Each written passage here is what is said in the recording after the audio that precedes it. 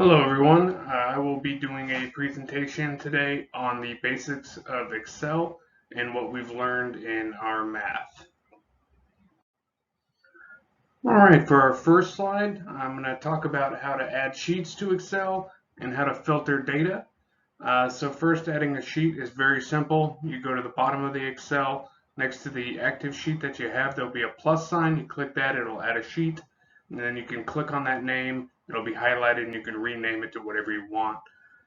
Now for sorting data and filtering, I'm going to use the Excel that we had for our week 7 assignment. I took the filtering off so I can show that how to add it. So your first step you're going to do is you're going to highlight the titles that you want to filter. That's going to be the step 1 arrow. Then you're going to click the sort and filter icon. That's the step 2 arrow. And then select filter. You'll see that in the step 3 arrow. And once you click that, all of the headers that you had originally highlighted in step 1 will have a little triangle drop down. If you click that, it'll show you all of the available options for sorting. You can turn them off, turn them on, sort by lowest to highest, however you want to do it. And then after you've done that, you click OK, and you can sort it. One thing to watch out for when sorting on these is if you have sorted something and you're looking at other data pieces later on, you want to remember to verify that you don't have a current sort on if you're trying to get other information, because it'll only show you what you've originally sorted. And you can see it'll show the sort icon with an arrow if it already has a sort on that field. So that's one thing to keep in mind. All right, for our next slide, I'm going to talk about how to build a pie chart. So I'm going to use some data that I gathered at a barbecue we had, where the people that showed up, we could either have hot dogs or hamburgers. That's going to be the raw data slide that you see there. And say you wanted to take that information and have a pie graph showing the total number of people that ate hot dogs versus hamburgers. You can take that information. You see that little piece at the bottom, that is the totals. You can highlight that. That would be the step 1 arrow. You click insert, go over to the pie graph icon. That's step 3. Click that. You'll see the several different choices you can have. I chose the 3D version. That is the number 4 arrow.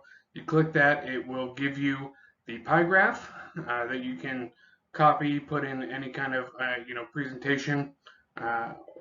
The only thing you need to do after you've clicked pie graph is add a title to the chart.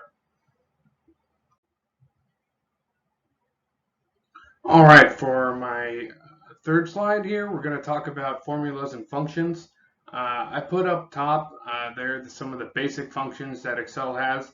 If you search on the web, there's a ton of different functions that you can use depending on the type of information you have and what you're looking for. But for my slide here today, I'm going to use the same information from the last slide. And we're going to be trying to find the min, the medium, and the maximum, and then the Q1 and Q3 information for our 5-number summary using that data. So first, to find the minimum, you want to use the minimum function, which is equals min. If you look there on the side, my Excel sheet, age range is what we're using for this. That's in column B, and that the numbers actually start in 3 and they go to 23. So that's why in the formula it says min B3 colon B20 or 23. That's going to get you the full list of ages there, and it's going to find the min, which happens to be 5. So now for median, we're going to use the median equals median function. You want to enter in equals median, and it's going to be the same numbers, B3 to B23. That's going to give you the median of those numbers, which happens to be 27. And then for maximum, you're going to use the equals maximum function, which is equals maximum parentheses B3 colon B23 parentheses, and that'll give you the maximum. Now for Q1 and Q3, you're going to use the quartile function, and it's going to be the dot n or INC. So for that, you put the equals quartile .inc function, and then you're going to do parentheses B3 to colon B23. And then for the first quartile and third quartile, you're going to enter either comma 1 or comma 3, and then close the parentheses, and that'll get you that information for that function.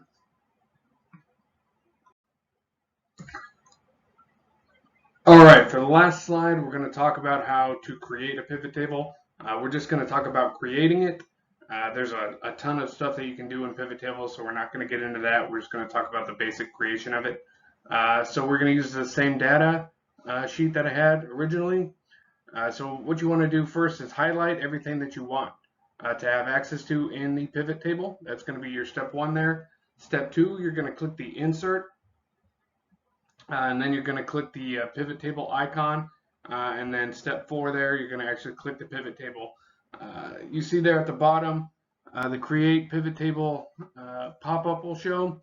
If you've highlighted the information already, it'll be already in the selected data range, like I did, so you already see it in there highlighted.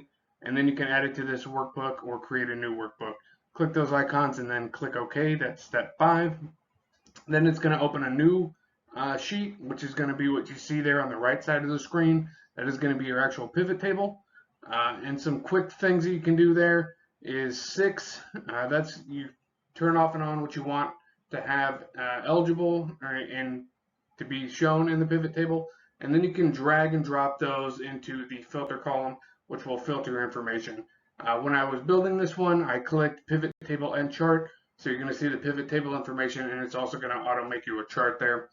You can turn that off or just click just pivot table or just chart when you're making these, but I like to do both at the same time. All right, thank you for watching.